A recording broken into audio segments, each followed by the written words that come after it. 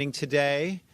Grateful for your presence and your participation as always. And I'm California Attorney General Rob Bonta, and pleased to welcome to the DOJ our great governor, Governor Gavin Newsom, as well as Kim Johnson, Secretary of the California Health and Human Services Agency, each of whom you will hear from shortly. I'm going to kick it off here today to announce California's latest lawsuit against the federal government, and specifically the U.S. Department of Agriculture, also known as USDA, and Secretary Brooke Rollins.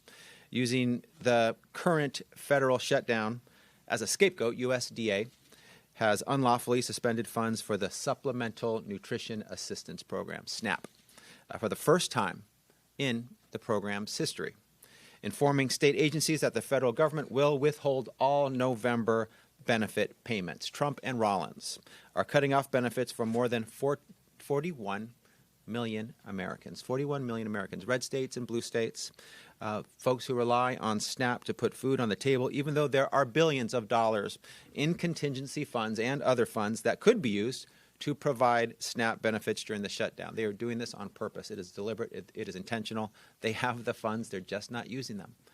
The vast majority of SNAP recipients are families with kids, elderly individuals, and people with disabilities. These are our most vulnerable. Society should be judged on how we treat the most vulnerable.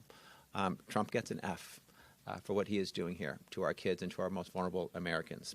Here in California, our SNAP program, CalFresh, supports 5.5 million Californians every month, including 1.9 million children.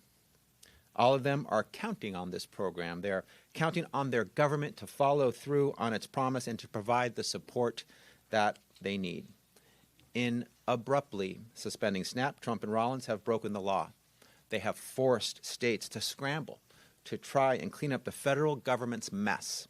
And worst of all, they've left 41 million Americans unsure of where their next meal will come from.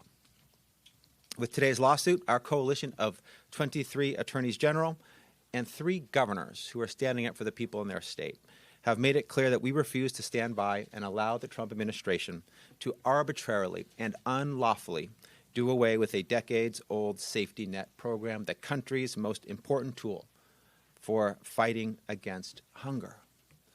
Before I talk further about this case, I want to acknowledge the incredible teams in all of our offices who worked diligently to put this lawsuit together, including working through the weekend.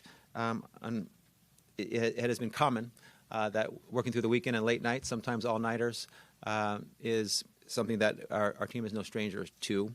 I'm grateful for them. I'm proud of them. They don't do it for the recognition. They do it for the mission. And at California DOJ, folks who are pursuing that mission includes our government law section, our special litigation teams. We wouldn't be able to serve our respective states without these incredible public servants. I'm grateful to be one of their colleagues and to lead our department. Which